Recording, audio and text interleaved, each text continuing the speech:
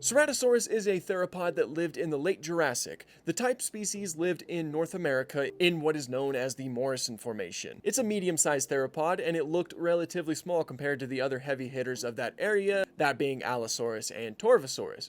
But it was no less notable. Ceratosaurus certainly has a lot of traits that help it stand out. The most notable being, of course, those structures that it has on its head. It has a pair of lacrimal crests, as well as a sort of nasal crest or horn. These structures likely would have been used for display purposes. We also don't have a lot of fossil specimens of Ceratosaurus, as only 4 skeletons have ever been known. One of those was recently sold in auction.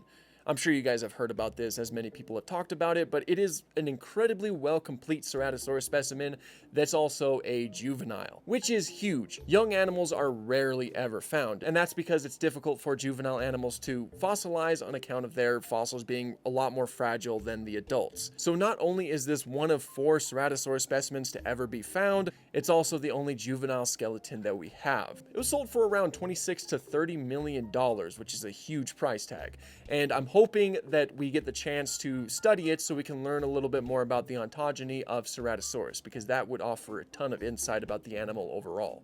Ceratosaurus is a very cool dinosaur. It's actually one of my favorite dinosaurs, and there's just a lot to love about it.